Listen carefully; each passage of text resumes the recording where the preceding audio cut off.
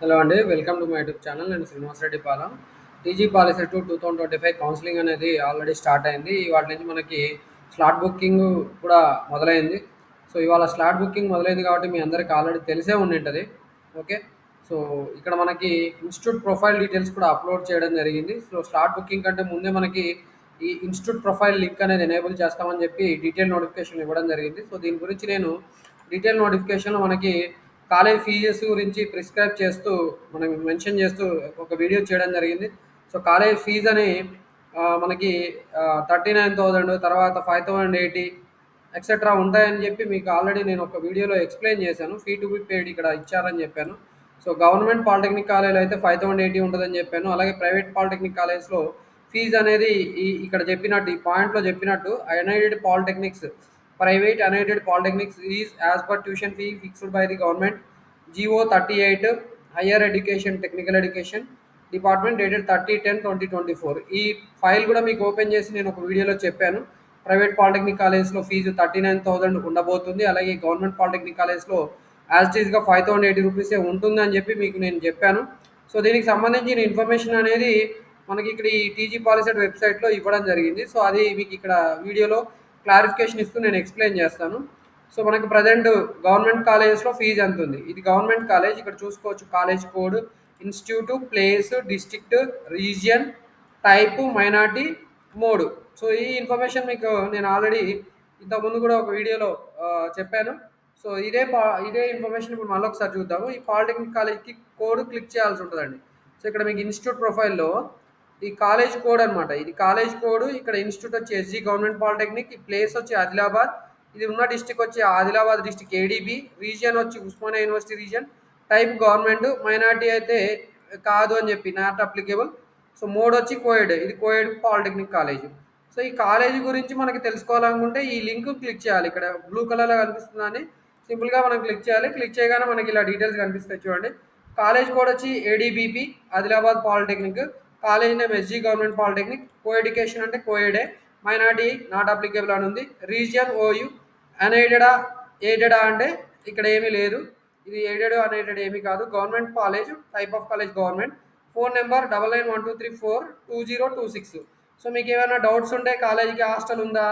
Boys hostel ఉందా? Girls hostel ఉందా? ఎంతమందికి అడ్మిషన్ ఇస్తారు? సో, ఈ కాలేజ్ టైమింగ్స్ ఏంటి? కాలేజీలో ఫోన్ అలో చేస్తారా? ఇట్లాంటి ఏ ఇన్ఫర్మేషన్ అయినా కూడా మీరు ఈ కాలేజ్ ఫోన్ నెంబర్‌కి కాల్ చేసి కనుక్కోవచ్చు. మరీ సిల్లీ క్వెషన్స్ అడగకండి. ఎందుకంటే ఇది college principal number. So, principal చాలా బిజీగా ఉండవచ్చు. మీరు ఆయనని ఇలాంటి సిల్లీ క్వెషన్స్ అడిగి విసిగించొద్దండి. సో, ఇది ఉన్న కాలనీ వచ్చి కైలాష్ నగర్, మావల. సో, ఉన్న కాలనీ పేరు, లొకేషన్. సో, దాని తర్వాత మనకి ప్లేసు ఆదిలాబాద్‌లో ఉంది. హాస్టల్ నాట్ అవైలబుల్ అంట. District in which located Adilabad.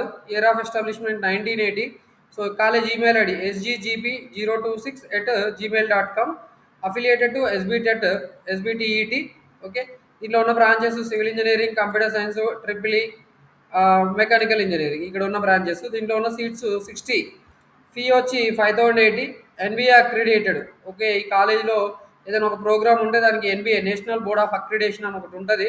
So, అది పాలిటెక్నిక్ కాలేజ్‌లో పెద్దగా క్రూషియల్ రోల్ ఏం ప్లే చేయదు. ఆ ఎన్బిఏ ఉన్నంత మాత్రాన మనకు ఒరిగేది ఏమీ లేదు. కాలేజీలో ఇన్‌ఫ్రాస్ట్రక్చర్ అవన్నీ ఉంటేనే ఇది ఇస్తారు. బట్ ఉండకపోయినా కూడా మేనేజ్ చేసి తెప్పించుకున్న కాలేజీలు కూడా ఉన్నాయి. సో, మీరేం పెద్దగా దీని గురించి వర్రీ అవ్వకండి. ఫీజ్ వచ్చి 5,080. సో, ఇది గవర్నమెంట్ కాలేజీలో ఫీజు. మరి ప్రైవేట్ పాలిటెక్నిక్ కాలేజ్ గురించి తెలుసుకుందాం అనుకున్నాం కదా! Private polytechnic college next college ఇక్కడ ఏఐటీహెచ్ అని ఉంది చూడండి. ఇది Annamacharya institute of technology and science Hayat నగర్‌లో ఉంది. రంగారెడ్డి. ఓకే. ఉస్మానియా యూనివర్సిటీ పరిధిలో ఉంది. అంటే ఓయూ రీజియన్‌లో ఉంది. Private college. మైనారిటీయా? కాదు. Co education. సో, ఇప్పుడు ఈ ఏఐటీహెచ్ కాలేజ్ పరిస్థితి ఏంది? AITH college Annamacharya institute of technology and science. ఇది కోఎడ్. మైనారిటీ అయితే కాదు. Okay. Region OU. Aided, unaided, unaided.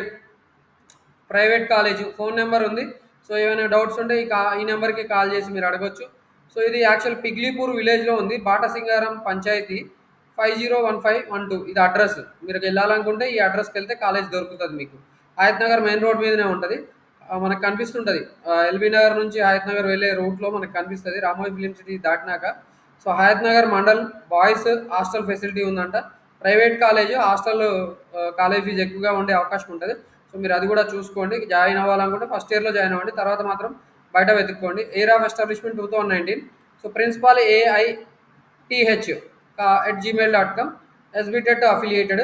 So ఇది వెబ్సైట్ కూడా ఉంది దీనికి, AITS hyderabad.edu.in.